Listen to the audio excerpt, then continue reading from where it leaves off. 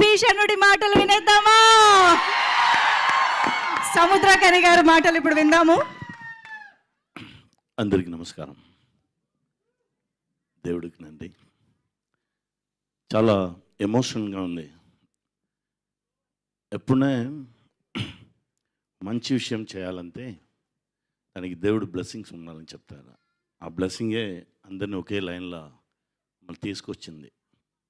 Thank you God. ఈరోజు రాగానే ఎయిర్పోర్ట్ని బట్టి నేను మనిషిని చూశాను.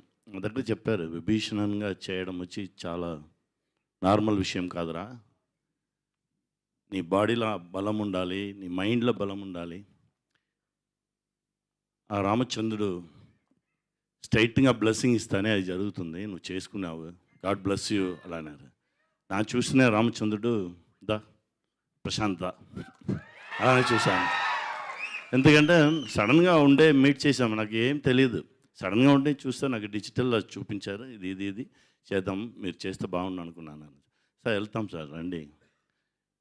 ఆ కాన్ఫిడెన్స్ ఫస్ట్ లుక్లోనే వచ్చింది. Thank you sir, thank you. నేను నా మీద బట్టి నా నమ్మకం నా నెరవేర్చుకున్నాను అనుకున్నాను. తమ్ముడు తేజ ఫస్ట్ టైం చూసిన నుంచి ఆ సేమ్ లవ్దా నా తమ్ముడిని చూసినట్టే ఉంది. తమ్ముడు ఇంకా గొప్ప గొప్ప విషయాలు మీరు అచీవ్ చేస్తారు. ఎందుకంటే అందరం కష్టపడాము, అంత ఇష్టపడి కష్టపడాము మంచి విషయంకు, అంతే. మా ప్రొడ్యూసర్ గారు sir thanks sir, thank you very much sir. Editor sir, art director sir, music director sir, చాలా బాగా చేసుకున్నారు సార్. ఆ సౌండ్ను ఒక్కొక్క థియేటర్లో వినగానే ఒక్కొక్క మాది ఎమోషన్స్ వస్తుంది sir. Cameraman sir, extraordinary cameraman, ఎప్పుడు ఏ టెన్షన్ ఉంటారో సరే హ్యాపీ ఫేస్లో ఉంటారు. Thank you sir, thank you brother, తమ్ముడు థ్యాంక్ యూ. మీ అందరికీ నమస్కారం అండి.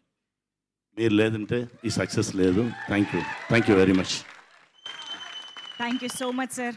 ప్రశాంత్ వర్మ సినిమాటిక్ యూనివర్స్లో మీరు మళ్ళీ కనిపిస్తారని ఆశిస్తూ ఉన్నాం కూడా.